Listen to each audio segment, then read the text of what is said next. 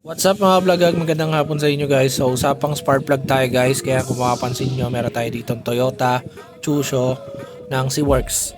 So may nakita kasi ako sa group na nagtatanong kung pwede ito sa motor natin. So yes, ito pwede ito sa motor natin. Ngayon, so ito yung stock. Kaya kung mapapansin nyo, NGK na brand to, NGKR. Tapos ayun yung code niya, CPR8 EA9. So long thread yung spark plug natin guys para sa Easy Ride 150Q tsaka 150 Fi. So ayan, kung mapapansin nyo, ganyan ang itsura niya. Basta long thread guys, pwede sa motor natin. Tapos ito yung aftermarket na binili ko, which is itong NGK din na iridium naman. So ito matagal ko na tong gamit guys. Ayan o, long thread din siya. Swak na swak din, plug and play din to dun sa motor natin guys. So ayan, maganda yung performance ito kasi iridium to, mas matagal ang buhay nito. Pero nung huli ko kasi itong tinest, yung nakikita ko kasi sa spark niya ay parang kulay dilaw na. So ang spark plug kasi mas magandang natatesting nyo rin. So pag nakita nyo kulay dilaw na, yun medyo mahina na yung kuryente nun. So maganda kung nagba-violet siya or nagkukulay iridium or ayun, basta ganon. Kukulay violet siya, yun pwede. Mas maganda yun. Kulay blue kaya kulay violet. Pero pag nagdidilaw na yan, mahina na yan. So, mararamdaman nyo medyo pumapalya na yan. Lalo pag galing kayo sa tigil, bigla kayo aarangkada yan. So, itong stock, ito goods pa rin to. So, ito talaga yung para sa video natin today. So, ito in order ko lang sa Shopee. Mura lang to guys. Kasi para lang din naman tong stock ng NGK. Hindi siya iridium pero syempre Toyota yan, no? Yan guys, oh. Toyota Chusho. So ito ay nabili ko sa shop ni Sir Mel. So ayan, oh. Yes sir, Speed Up Garage. So ayan, ito yung nire-review natin. So kakabit ko to ngayon sa motor ko. Pero kung gusto nyong makita kung gaano to kalakas, so nag-test dito si Clinica Moto, tinesto kung gaano to kalakas. And then ayan.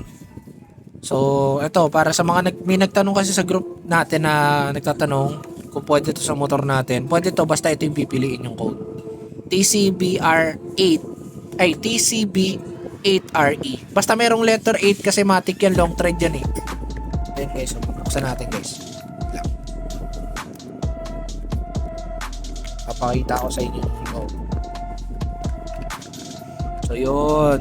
Yun siya guys. Ayun, oh. O, di ba kamukha ng stock? O, ito yung stock natin, oh. Ayun yung stock natin. Tapos ito yung Toyota Chusho. Ayun, oh. C-Works Toyota Chusho.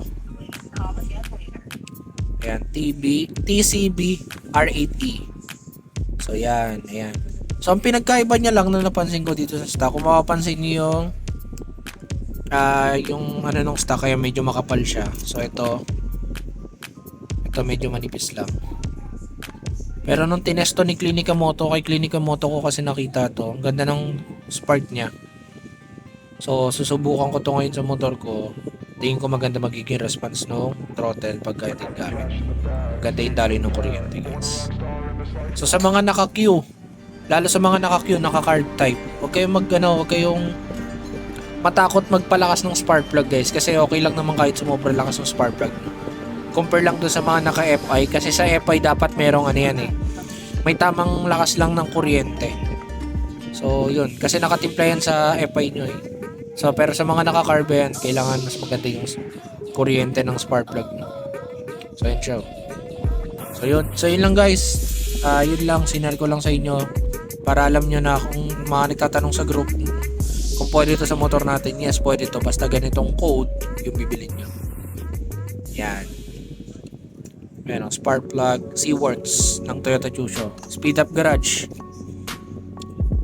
Yes, sir!